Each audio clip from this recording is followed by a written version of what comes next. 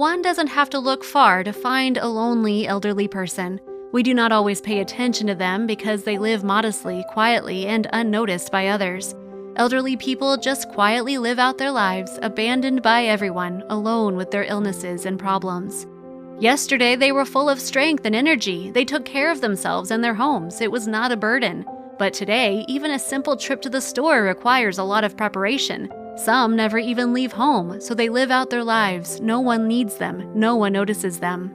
But this story that we will tell you today is not so sad. It is about a young man who is not indifferent to the fate of one elderly man. As long as such caring people exist, elderly people have a chance for a happy life. Josh Seignick was a typical railroad inspector. He did not stand out among his colleagues in any way, except for his kind heart and sensitive character, but this did not help him much in his work. One day, as usual, he was supervising the operation of the railway equipment when the laughter of teenagers standing nearby reached his ears.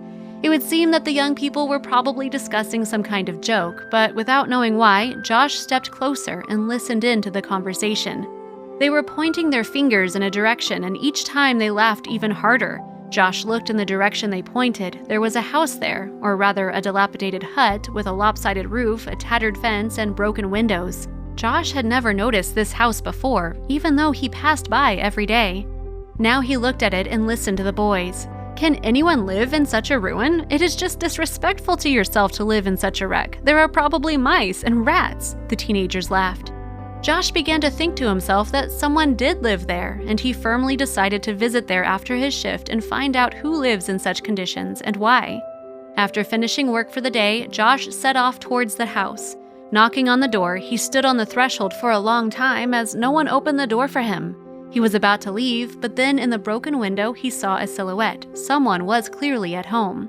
Josh knocked again, but still no one answered the door. Then the man realized that whoever was in the house must hear him through the broken window, so he loudly introduced himself and said that he had come to ask if the resident of this house needed help.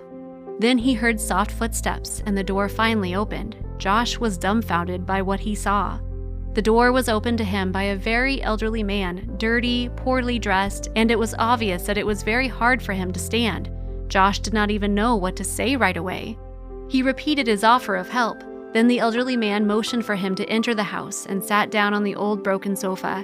Josh was just in shock. He asked how it happened that this poor elderly man lived in such conditions, and he heard his story.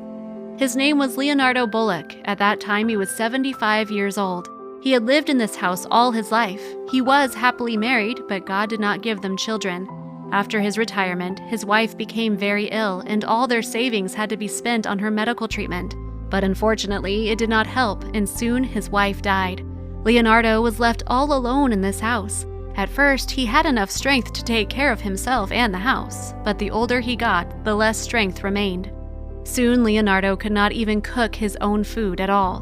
Money was sorely lacking. The elderly man's debts on utility bills grew, and various inspectors periodically came to him, threatening to sell the house at auction. That is why when he saw Josh in his orange vest, Leonardo did not open the door for him, because he thought that this was another inspector with an order to evict Leonardo from his home. When Josh came home that evening, he could not figure out how to help the poor elderly man because he himself had little money.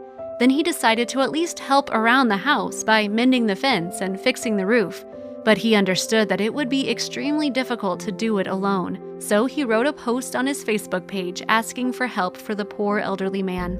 Josh hoped that there would be at least a few caring people who would respond to his request to come to Leonardo's house that Saturday to clean it up.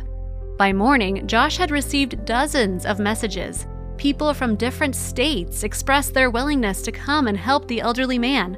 On the appointed day, Josh hoped at least 10 people would come, but people kept coming and kept coming.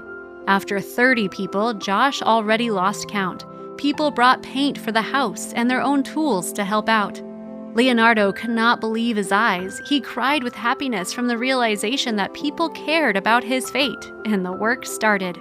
Women put things in order in the house, washed walls, ceilings, and floors, organized closets, washed dirty clothes. The men worked on the outside of the house. Someone climbed onto the roof, someone fixed the fence, someone painted the walls. In total, 90 people gathered to help Leonardo that day. All of them were not indifferent to his problems and came to support the poor elderly man. But the story does not end there. One of the people who worked there invited journalists to cover the problem of lonely elderly people in their city. After all, Leonardo was not the only elderly man who needed help. Journalists wrote a long article about Leonardo and the people who helped him. After that, there were volunteers who brought new furniture to Leonardo's house, replaced broken windows and doors in the house, even cleaned up the lawn. The women planted flowers there so that Leonardo could go out for a walk in his little garden and enjoy the sight and scent of the flowers. One can only imagine how much happiness this visit brought Leonardo. For the first time in many years, he smiled like a child, not believing his luck. He was glad not so much for the new furniture and windows, but for the fact that his life had become important to someone. He lived alone for so long, without communication with anyone, that he thought that he would die like that, forgotten by everyone. And thanks to Josh, his days were brightened by all those people. He did not know how to thank Josh. He held his hands for a very long time and wept with happiness. And Josh himself spoke very modestly that it was his human duty to help another person in trouble and that anyone would have done the same. But we know that not every person is capable of such an act.